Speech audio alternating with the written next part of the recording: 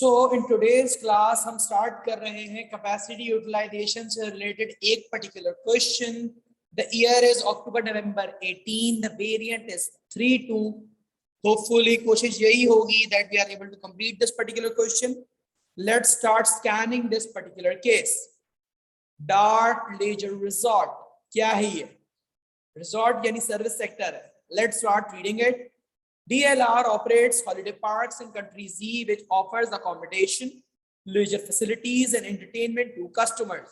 ठीक है, यानी ऐसे resorts हैं जहाँ पर customers रुक सकते हैं और बाकी facilities भी हैं.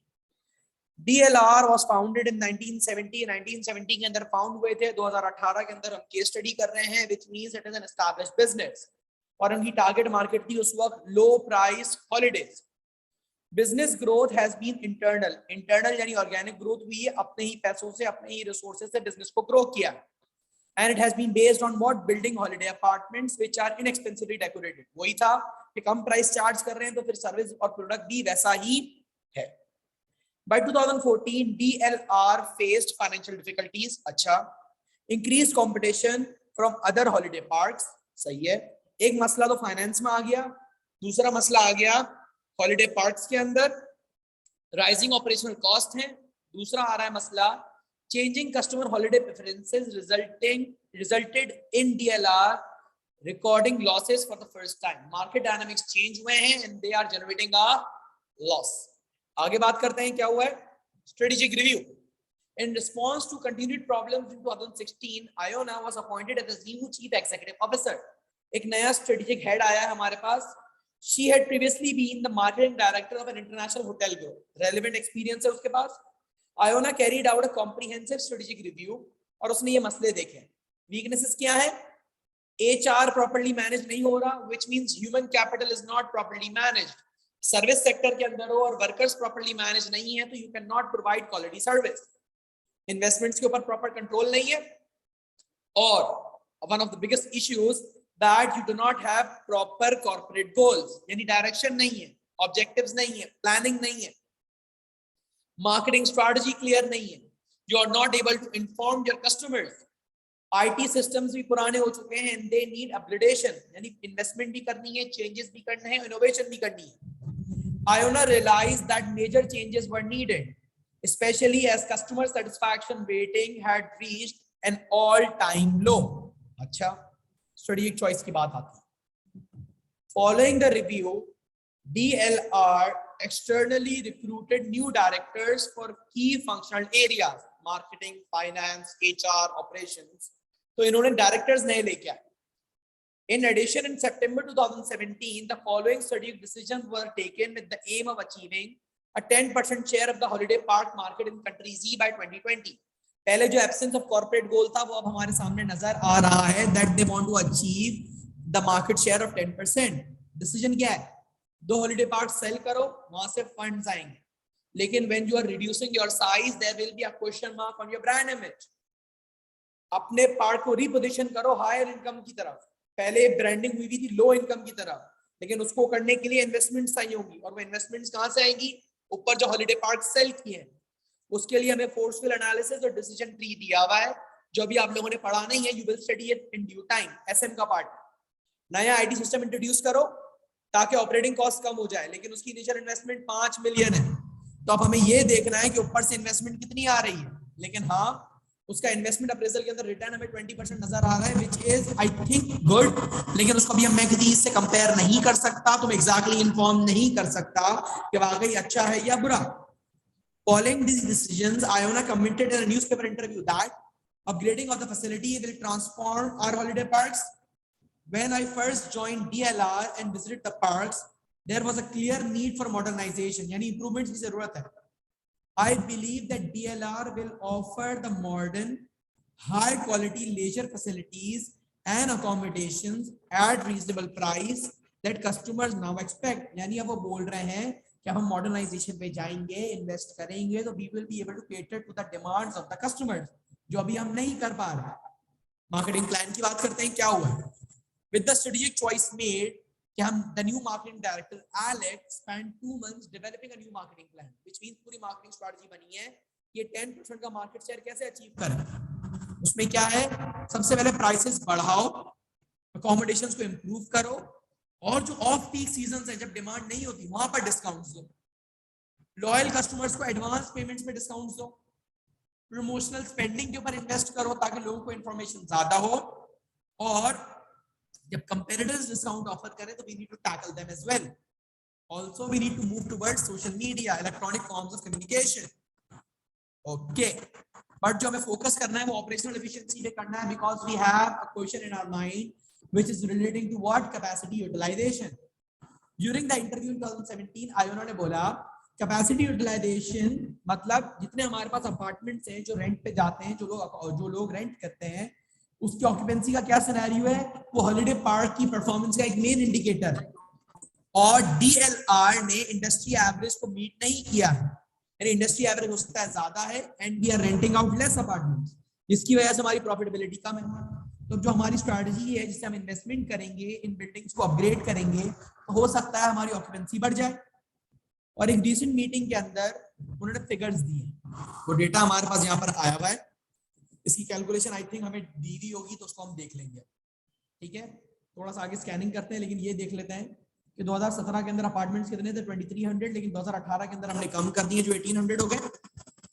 पहले 1200 का ऑक्यूपेंसी रेट था और 1200 अपार्टमेंट्स का 1300 का हो गया है, लेकिन we will calculate the percentage and find out कि एक्चुअली कैपेसिटी यूटिलाइजेशन कितनी हो रही है, और फिर हम उससे ब्रेक इवन कैलकुलेट करेंगे। तो अभी हम कैपेसिटी यूटिलाइजेशन कर भी लेते हैं, जरा अपने कैलकुलेटर्स अपने हाथ में लीजिए please. So the total capacity was 2300 और हमारे पास 1200 कस्टमर्स थे, तो 1200 अपॉन 2300 टाइम्स 100, वो मुझे कैपेसिटी यूटिलाइजेशन बताएगा 2017 की। इन द सेम वे हमारे पास कैपेसिटी थी 1800 की, यानी 1800 की, and the customers we had were 1300। जरा मुझे दोनों के आंसर्स बताना कैपेसिटी यूटिलाइजेशन के। 52.17% अरीबा, ज़ैनब थैंक यू। और मुझे जरा आप बताएंगे नेक्स्ट ईयर के please.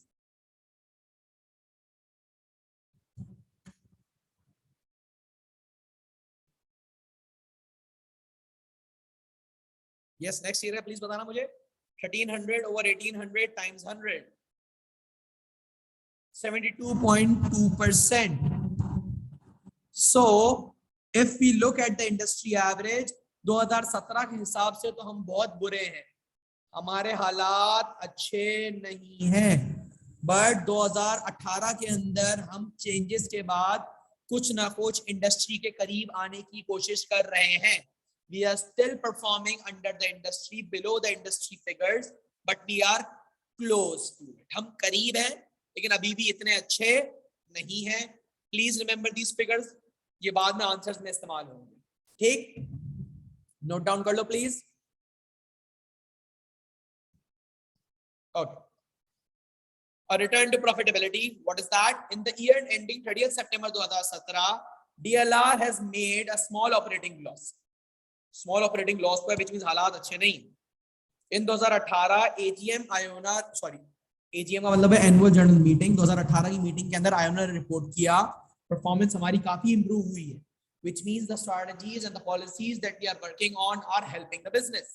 In her CEO statement उसने लिखा है During 2018 हमने 75% of our apartments को modernize कर दिया है, रेवेन्यू भी ग्रो हुआ है, सही है, डिस्पोजल ऑफ 2 हॉलिडे पार्क से हमारे पास फाइनेंशियल पोजीशन भी स्ट्रांग हो गई है, पैसा है हमारे पास, an exciting new advertising campaign भी लॉन्च की है हमने, जिसकी वजह से हमारे पास गेन्स भी हुए हैं, शेयर होल्डर्स की वैल्यू भी बढ़ी है, विच मींस हम ओवरऑल एक पॉजिटिव डायरेक्शन की तरफ जा रहे हैं। The finance director forecast that compared to the income statement for the year ended 30th September 2018, ये चेंजेस अब होंगे फ्यूचर के अंदर, जिससे हमारे हालात और बेटर हो जाएंगे। तो ये हमें अमेंडमेंट्स करनी है, ठीक है, जो अभी हम करके देख लेंगे। कमिंग डाउन, यहाँ पर HR के मसले आ रहे, ठीक है, तो वो आपको मैं ओवरऑल बता देता हूँ, लेकिन अभी हमसे इतना रिलेट नहीं कर पा रहा क्योंकि अभी हम उससे रिलेटेड आंसर नहीं कर रहे, तो उस पर हम ज्यादा फोकस नहीं करेंगे। द सिनेरियो इज उनकी हार्ड अप्रोच, कॉस्ट कटिंग में काम करते हैं, वर्कर के ऊपर पैसा नहीं लगाते, तो इनको चेंजेस करने हैं, वर्कर्स की मोटिवेशन बहुत कम है, प्रोडक्टिविटी एफिशिएंसी अच्छी नहीं है, और ये सारे मामला लिखे हुए हैं और नीचे पॉसिबल सॉल्यूशंस, ठीक। तो let's skip it out and only look at the table. तो ये देख लेते हैं कि एनुअल ग्रोथ जीडीपी का बढ़ रहा है, विच मींस लोगों के लिविंग स्टैंडर्ड्स बढ़ रहे हैं, इंटरेस्ट रेट्स बढ़ रहे हैं, विच मींस इनके पास ये अक्लमंदी थी कि इन्होंने अपने लैंड को बेचा, जो पार्ट्स को बेचा और वहां से पैसा लिया। अगर लोन से लेते तो इनके ऊपर फाइनेंशियल बर्डन आ जाता। ठीक है, दूसरी बात ये हो रही है सोशल मीडिया अडेप्टेशन ज्यादा है, तो सोशल मीडिया मार्केटिंग बिल्कुल सही काम किया है इन्होंने। मार्केट बहुत ज्यादा कंपेटिटिव हो रही है। कुछ फिगर्स हम यहाँ से देख रहे हैं जो हमें नजर आ रहे हैं, जो हम इस्तेमाल करेंगे, और ये इनकम स्टेटमेंट हमें दी हुई है। जो पीछे चेंजेस थे वो सारे यहाँ पर चेंजेस करने होंगे, और आई थिंक 6 या 8 माह की कैलकुलेशन होगी। ठीक, उसको हम बाद में देखते हैं। हम जाते हैं अपने सवाल के ऊपर जो हमें आज करना है। कैपेसिटी यूटिलाइजेशन निकालनी थी 2018 की, जो हमने निकाल ली है 4A। जरा आप लोग, मैं एमएस पे जाके देख रहा हूँ, जरा आप लोग कंफर्म करो हमारा आंसर यही आया था। तो 72.2% आई थिंक हमारा आंसर यही आया था, हमने यही लिखा था, विच मींस 2 मार्क्स तो हमें मिल गए। पार्ट बी बोलता है हमें what we need to do is the number of apartments that must be occupied each day for DLR to break even. 2018 का आंसर मांग रहा है 4 मार्क्स। ठीक, okay, we have this data 2018 का निकालना है। तो ब्रेक इवन का सबसे पहला स्टेप क्या होता है? Contribution. The first step while calculating break even is what? Contribution. So if you look over here that हमारे पास आंसर दिया हुए हैं कि एवरेज प्राइस पेड पर apartment per day and average revenue पर अपार्टमेंट पर डे। ठीक है, तो गेम हमारे पास सारा क्या आ रहा है कि फॉर्मूला क्या है? Selling price minus variable cost. सही है, selling price minus variable cost. ठीक है, तो हम लेंगे सेलिंग प्राइस कितनी है हमारे पास? 84। ये एवरेज प्राइस पेड पर अपार्टमेंट हमने लिया है। ठीक है, नीचे वाले को कंफ्यूज मत करना, ये नहीं ले रहे हम, which is 84.50. then after that we have what? The variable cost, which is 11.50. So can anyone of you tell me what is the contribution that we are generating? Thank you. The contribution generated is $73 per apartment. The next step is we are going to divide the fixed cost by contribution. So 81,000 divided by 73. So can I get the number of apartments to break even, please?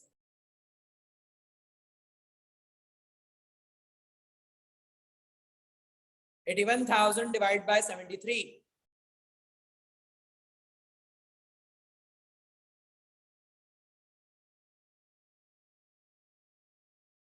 Yes, anyone? Answer, please.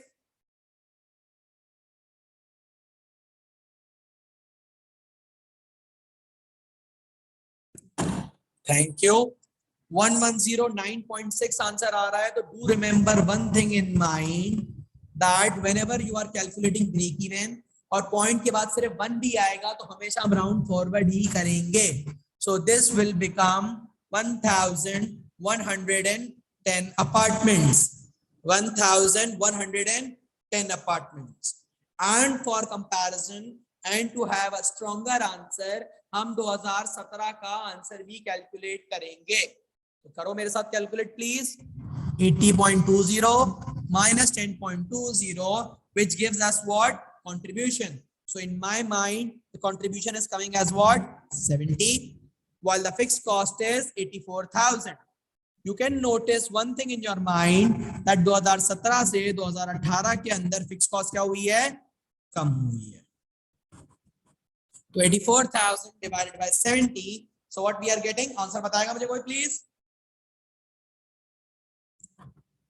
Which means 1200. तो हमें break even number of customer जो चाहिए थे वो कम हुए हैं।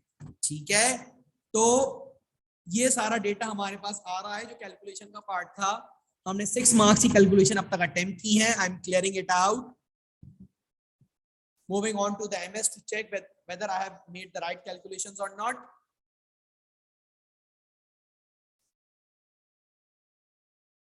तो ये खुद देख लो हमारे पास आंसर क्या आ रहा है 1110। क्या आंसर आ रहा है 1110 आंसर आ रहा है, बिल्कुल सही आ गया हमारे पास आंसर, विच मींस हालात ठीक है, 4 मार्क्स हमें यहाँ पर मिल गए और वहां पर हमारे पास आंसर आ रहा था 72.2, तो 2 मार्क्स हमें यहाँ पर मिल गए, which means for 6 marks we are good to go. Moving forward to part B. The part B is demanding us what? Discuss the importance to DLR of increasing capacity utilization. अगर हम capacity utilisation पे काम कर रहे हैं, उसकी जो importance पे काम कर रहे हैं, तो ये जो कैपेसिटी यूटिलाइज कर रहे हैं, जो ज्यादा कर रहे हैं, इसकी बिजनेस को क्या इंपॉर्टेंस है, इसकी बिजनेस को क्या इंपॉर्टेंस है। जाहिर सी बात है, ज्यादा कैपेसिटी यूटिलाइज कर रहे हैं, हमारा ब्रेक इवन भी जल्दी आ रहा है, हम प्रॉफिटेबिलिटी की तरफ भी ज्यादा जा रहे हैं, ज्यादा रेवेन्यू भी है, ब्रांड इमेज भी बेहतर है, मार्केट शेयर भी ज्यादा होगा, बार्गेनिंग पावर भी है, फिक्स कॉस्ट भी स्प्रेड होगी, ठीक है। और हम पहले इंडस्ट्री एवरेज से बहुत नीचे थे, सही है, अब हम इंडस्ट्री एवरेज के करीब भी आ रहे हैं, ठीक है। तो ये मामला भी हमें नजर आ रहे हैं, हमारी फिक्स कॉस्ट भी स्प्रेड हो रही है and the business is now performing more better perform कर रहा है, अच्छा परफॉर्म कर रहा है, सही है। जब हमारी कैपेसिटी यूटिलाइजेशन ज्यादा होगी तो हम ज्यादा रेवेन्यूज जनरेट करेंगे, ज्यादा एक्सपेंशन, ज्यादा मॉडर्नाइजेशन पे काम करेंगे। लेकिन मसला ये आता है कि ऑलरेडी हमारे वर्कर सेटिस्फाइड नहीं थे, अब कैपेसिटी यूटिलाइजेशन पे जा रहे हैं, ज्यादा कस्टमर्स आएंगे और अगर हम उनको प्रॉपर्ली केटर नहीं कर पाए तो फर्दर डिससेटिस्फैक्शन भी हो सकती है। तो let's start this particular answer in which for these 12 marks they are asking us to discuss the importance to DLR. DLR को क्या इंपॉर्टेंस है of increasing the capacity utilization. अगर हम जो ये कैपेसिटी यूटिलाइज कर रहे हैं, इसकी DLR को इंपॉर्टेंस क्या है। अब ये बोल रहे हैं ये कैपेसिटी, ये सवाल ऐसा नहीं कि आप बता रहे हो कि इंक्रीजिंग कैपेसिटी करने के बारे में सवाल नहीं है, ये सवाल है कि DLR को इसका क्या इंपॉर्टेंस है, DLR के लिए क्यों जरूरी है कि वो कैपेसिटी को इंक्रीज करे, ठीक है। क्योंकि अब ये बात यहाँ पर इन्होंने 2-3 जो पॉइंटर्स दिए हैं, पहले वो डिस्कस करते हैं, फिर हम आंसर की तरफ जाएंगे। If a candidate just explains how to increase capacity utilisation, सही है, तो इसके अंदर आप सिर्फ उसको लेवल 1 के मार्क्स दोगे, अगर उसने लिंक वगैरह किया है, एनालिसिस और इवैल्यूएशन के मार्क्स बिल्कुल खत्म हो गए, ठीक है। यानी सिर्फ आपको मिलेंगे 2 मार्क्स या 3 मार्क्स। या आप लिखते हो statement that increases capacity utilisation will increase profit is incorrect, यानी कैपेसिटी यूटिलाइजेशन का ये मतलब नहीं कि आपकी कैपेसिटी यूटिलाइज ज्यादा कर रहे हो ताकि प्रॉफिट्स बढ़ जाएंगे, जरूरी नहीं है। तो इन सारे पॉइंटर्स का ख्याल रखना है, क्वेश्चन को समझना है कि जो डार्ट लेजर रिजॉर्ट जो ये बिजनेस है, इसको क्या इंपॉर्टेंस है, जब ये कैपेसिटी यूटिलाइज ज्यादा कर रहा है तो इसको फायदे क्या है in terms of this particular business, हमें आंसर देना है। ऐसे आंसर नहीं देना कि हम कैपेसिटी यूटिलाइज ज्यादा करेंगे तो प्रॉफिटेबिलिटी ज्यादा होगी, एवरेज कॉस्ट कम आएगी, रेवेन्यू ज्यादा होंगे, ये सब नहीं बताना, बताना है इस बिजनेस को in terms capacity utilisation increase करने का फायदा क्या है। अपने रजिस्टर्स ओपन कर लो, पेन हाथ में ले लो, हम सब रेडी हो, स्टार्ट करें।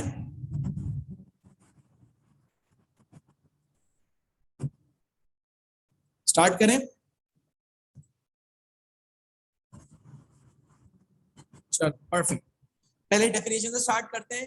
की डिफाइनिंग टर्म हमारे पास क्या है, कैपेसिटी यूटिलाइजेशन। तो आंसर लिखते हैं capacity utilization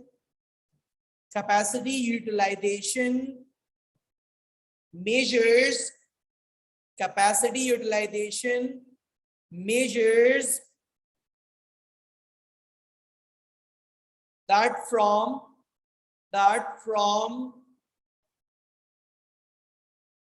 the total number of customers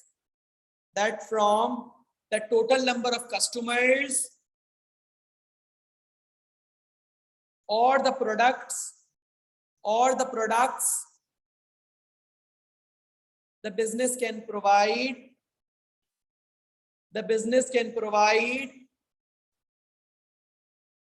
how much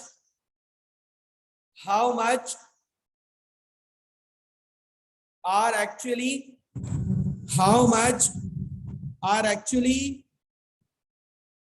being catered to, how much are actually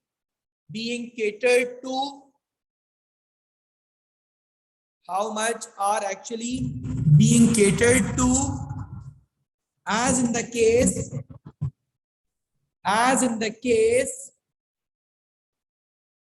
it is identified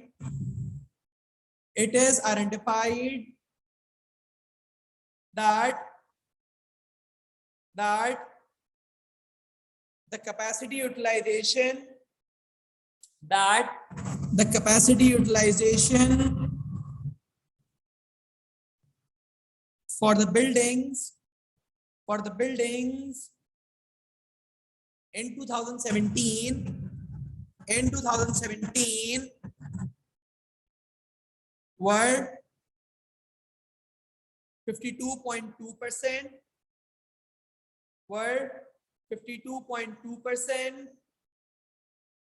while in 2018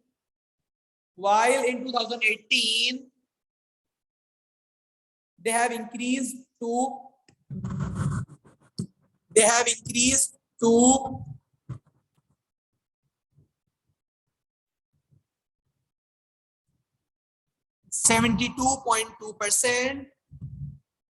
72.2%, which shows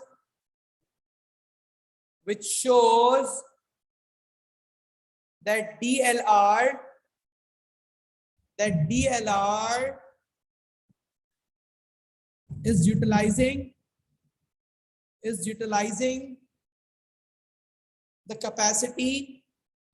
is utilizing the capacity more than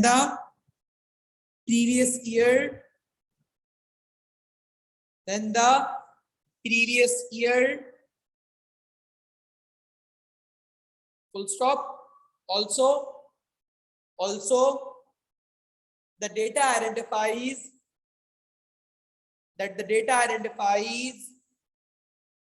in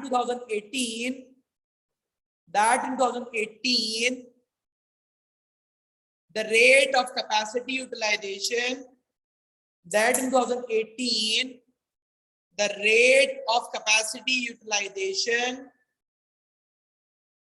the rate of capacity utilization was near the industry average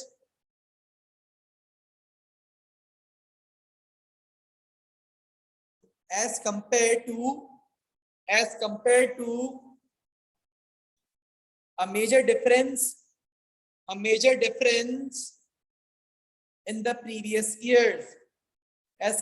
to a major difference in the previous years, full stop. Now moving on to the next paragraph. The importance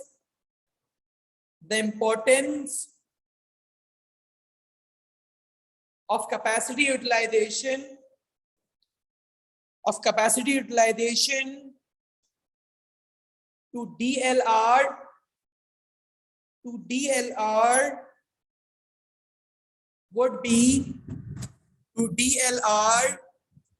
would be as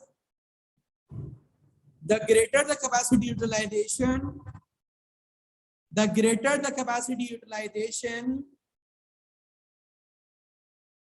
the more the visitors will be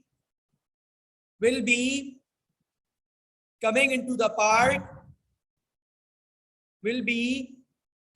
the park, the more the visitors will be coming into the park, which may result in greater revenues from other services,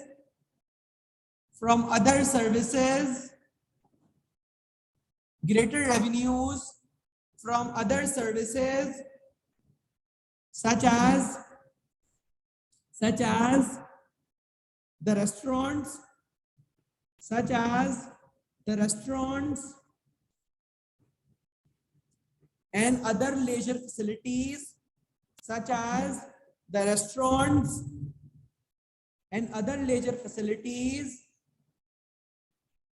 which may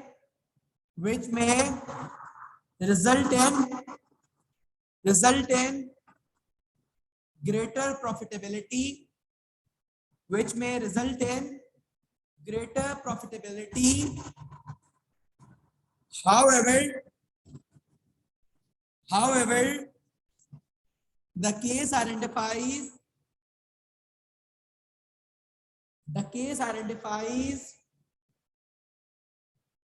that the workers of DLR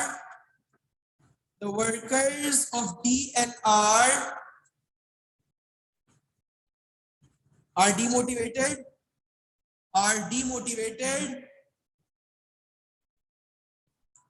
The workers of DLR are demotivated. Therefore, as the capacity increase,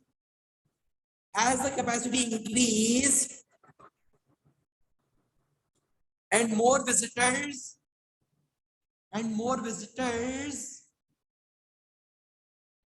come to the park, and more visitors come to the park, and more visitors come to the park,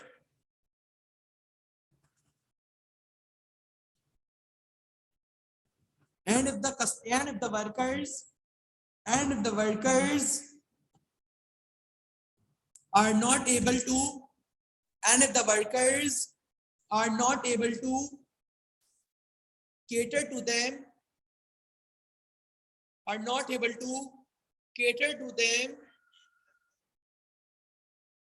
so the overall impact may be negative. Rather than benefiting the business.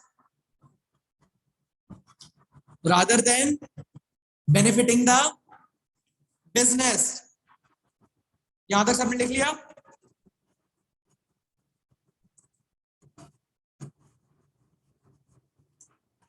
Yes everyone, यहां तक सबने लिख लिया? चलो perfect. अच्छा, अब time थोड़ा कम है तो अगले 2 पॉइंटर्स मैं आपके साथ डिस्कस करूंगा एंड आप वो कंप्लीट खुद से करोगे क्योंकि टाइम थोड़ा सा कम नजर आ रहा है मुझे जरा 2017 का ब्रेक इवन आउटपुट बताएगा कोई? आई थिंक वो था 1200 था, और 2017 के अंदर कैपेसिटी यूटिलाइजेशन हमारे पास थी 52.2। तो अगर हम देखें हमारे टोटल अपार्टमेंट्स थे 2300, तो 2300 को मैं मल्टीप्लाई करूं 52.2% से, तो वो हो जाते हैं 1206, यानी एग्जैक्टली उतने ही हो जाते हैं जितने हमें ब्रेक इवन के लिए चाहिए। तो आप इस तरीके से इसको लिंक करोगे। It is important for DLR to increase the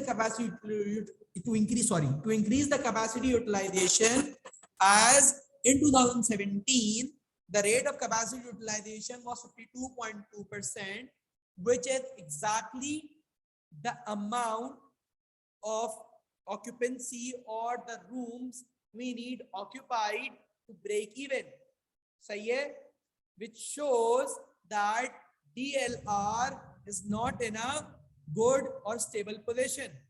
So it is important for DLR to increase its capacity utilization so it can have a greater margin of safety. क्योंकि जब मार्जिन ऑफ सेफ्टी होगी हम उल्टा कमाएंगे, तभी हम proper upgradation, proper maintenance, workers को अच्छी पे और बेनिफिट्स दे सकेंगे। As if we will only earn that much which is required to just satisfy the cost of those apartments, तो हमारे लिए वो अपार्टमेंट्स लुक्रेटिव और अट्रैक्टिव नहीं होंगे, और उल्टा हम वर्कर्स के ऊपर भी इन्वेस्ट नहीं कर पाएंगे क्योंकि वर्कर्स हमारी करंट हार्ड अप्रोच और कॉस्ट कटिंग अप्रोच से खुश नहीं है। तो इस तरीके से आप लोगों का एक पैराग्राफ होगा, ठीक है। एक इस तरीके से हमारी इंपॉर्टेंट है क्योंकि अभी हम उतना ही कमा रहे हैं जितना हमारा ब्रेक इवन है। ठीक, एक बात तो ये आ गई। दूसरी बात आप ये करोगे कि कैपेसिटी यूटिलाइजेशन पे हम जा तो रहे हैं, तो मेरा वो एक बात पीछे लिंक करती है सर्विसेज वाली भी, कि हमें साथ साथ सर्विसेज का भी ख्याल रखना है। इसके साथ साथ आप ये भी कह सकते हो कि आप कैपेसिटी यूटिलाइजेशन हमारे लिए इंपॉर्टेंट है, सही है, क्योंकि कैपेसिटी यूटिलाइजेशन जितनी ज्यादा होगी, ठीक है, उतने ज्यादा कस्टमर्स आएंगे, उतना ही ज्यादा पॉजिटिव वर्ड ऑफ माउथ होगा, ब्रांड इमेज होगी। क्योंकि कंट्री की मार्केट कंपेरेटिव है, तो जितनी ज्यादा कैपेसिटी यूटिलाइजेशन होगी उतना ज्यादा कस्टमर्स हमारे पास आएगा, तो हमारा मार्केट शेयर बढ़ेगा और हम अपने मार्केट शेयर जो कॉर्पोरेट ऑब्जेक्टिव है उसको अचीव कर सकेंगे। लेकिन at the same moment we need to basically focus on developing our workers as well. आज हम ऐसी ब्लाइंड आई नहीं रख सकते कि हम सिर्फ कैपेसिटी यूटिलाइजेशन में फोकस करें कि वर्कर्स को ले, कस्टमर्स को ले आए, लाना नहीं है, कम प्राइसेस वगैरह करके लाना नहीं है, हमें उनको रिटेन भी करना है। क्योंकि अगर मैं केस देखूं, सही है, केस देखूं तो मुझे यहाँ पर नजर क्या आ रहा है, इन्होंने क्या किया है, एवरेज प्राइस पर अपार्टमेंट बढ़ाई है कितने से, इन्होंने बढ़ा दी तकरीबन $4.30 से बढ़ाई। वेरिएबल कॉस्ट हमारी सिर्फ $1.30 से बढ़ी। ठीक है, तो इन्होंने मॉडर्नाइजेशन तो करी है, अपार्टमेंट्स की प्राइसेस बढ़ाई हैं, लेकिन इतना बड़ा मेजर इंक्रीज नहीं। लेकिन जो मेजर इंक्रीज नजर आ रहा है वो हमें यहाँ पर नजर आ रहा है। और हमारी जो कैपेसिटी यूटिलाइजेशन बढ़ी हुई है वो किस वजह से बढ़ी है, क्योंकि हमने अपनी जो 2 पार्ट्स थे उसको सोल्ड आउट कर दिया। उसको सोल्ड आउट करने के बावजूद भी हम इंडस्ट्री एवरेज के करीब नहीं आए, विच मींस मार्केट काफी अच्छा परफॉर्म कर रही है। तो हमें सस्टेनेबिलिटी के लिए और मार्केट में कंपेरेटिव रहने के लिए इस पे काम करना जरूरी है। तो इस तरीके से आपकी ये पैराग्राफ कंप्लीट होंगे और आप इसे बताओगे इस एग्जामिनर को कि भाई क्यों डीएलआर के लिए कैपेसिटी यूटिलाइजेशन बढ़ाना जरूरी है। मैंने इंट्रोडक्शन और एक पैराग्राफ लिखवाया है, आप लोग ये बाकी पॉइंटर्स सुन के दूसरे 2 पैराग्राफ्स कंप्लीट करो। आप लोगों के ज़हन में कोई क्वेश्चन क्लिक हो रहा है, कैसे करेंगे, कोई मसला, कोई issue?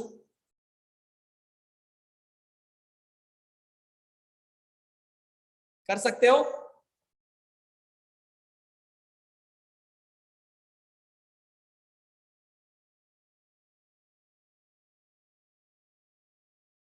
Yes, will you be able to do it?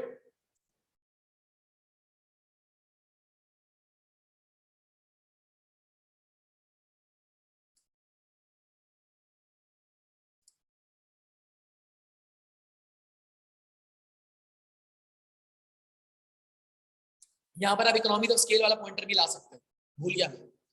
Output बढ़ेगा, सॉरी यूटिलाइजेशन बढ़ेगी, ज्यादा कस्टमर्स आएंगे, the fixed cost will be spread over a greater number of apartments, per unit cost कम होगी, एवरेज कॉस्ट कम होगी, you will be able to offer more comparative prices and the demand is price elastic, तो आप ज्यादा customers को attract कर सकते हो, ओवरऑल प्रॉफिटेबिलिटी बढ़ेगी।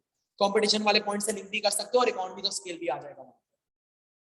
आप लोग लिख सकते हो, मैं आपके जवाब का वेट कर रहा हूं। अगले 2 पॉइंट्स लिख के आंसर कंप्लीट कर लोगे? ठीक है, 2 का तो जवाब आ गया, बाकी नहीं लिख सकते क्या? आप लोग एक काम करो, हमने इंट्रोडक्शन लिखा है, 2 पॉइंटर्स, एक पॉइंटर लिखा है और एक इंट्रोडक्शन लिखा है, बाकी 2 पॉइंट्स मैंने आपके साथ डिस्कस करें। रिकॉर्डिंग में यहाँ पर स्टॉप करता हूँ and I will upload this particular content on YouTube, वहां पर अपलोड कर दूंगा मैं। ठीक है, आप वहां से वापस एक बार सुन भी लो, राइट दिस पर्टिकुलर आंसर, मेरे साथ शेयर करो ताकि हम बाकी इवैल्यूएट कर सकें that whether are you able to write the answers और नॉट। बाकी कोई क्वेरी तो आप मुझसे पूछ सकते हैं।